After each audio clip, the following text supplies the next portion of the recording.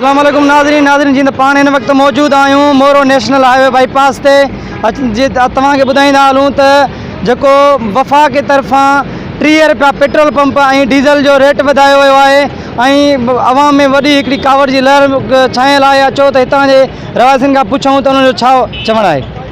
तमाम नाइंसाफ़ी आहे त ज़ुल्म जी इंतहा करे छॾनि। गरीब माण्हू तमाम परेशान आहिनि, बेरोज़गार माण्हू अॻे लॻा वेठा आहिनि, कारोबार सख़्तु परेशानी आहे हिननि जे करे। पेट्रोल चढ़ियो, डीज़ल चढ़ियो, महांगाई अञा उरूज ते हली वई आहे।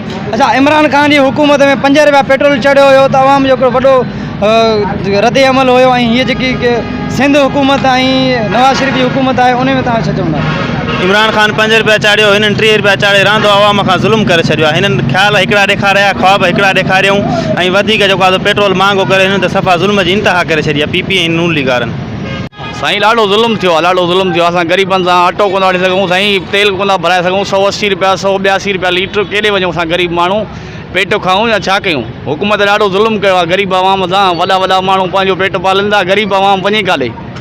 असां जहिड़ा ग़रीब रक्शे खे धिकींदा था वतन, 500 कमाइण वारा 300 कमाइण वारा उहे छा वठंदा, छा वठी खाईंदा?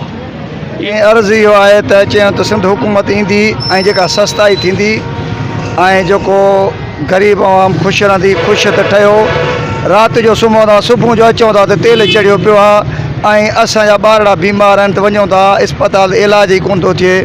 हिकिड़ो वेलो खाऊं था, हिकिड़ो वेठा आहियूं ऐं हिननि जेको चयो त बाबा तव्हांखे रिलीफ मिलंदो, रिलीफ त कोन मिलियो, बाग़ में असांजो सिर थो वञे।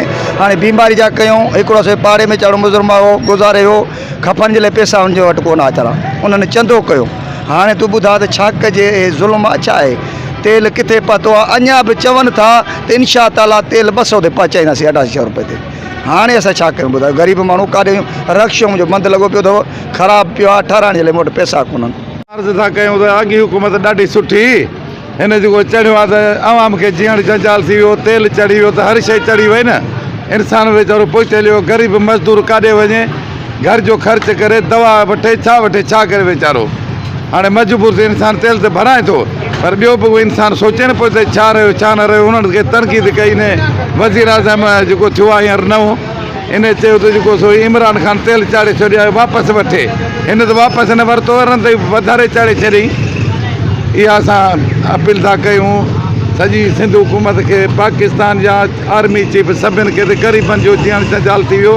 हाणे वक़्तु ॾाढो ॾुखियो थी वियो, इंसान खे खपनि जा पैसा बि न लभंदा।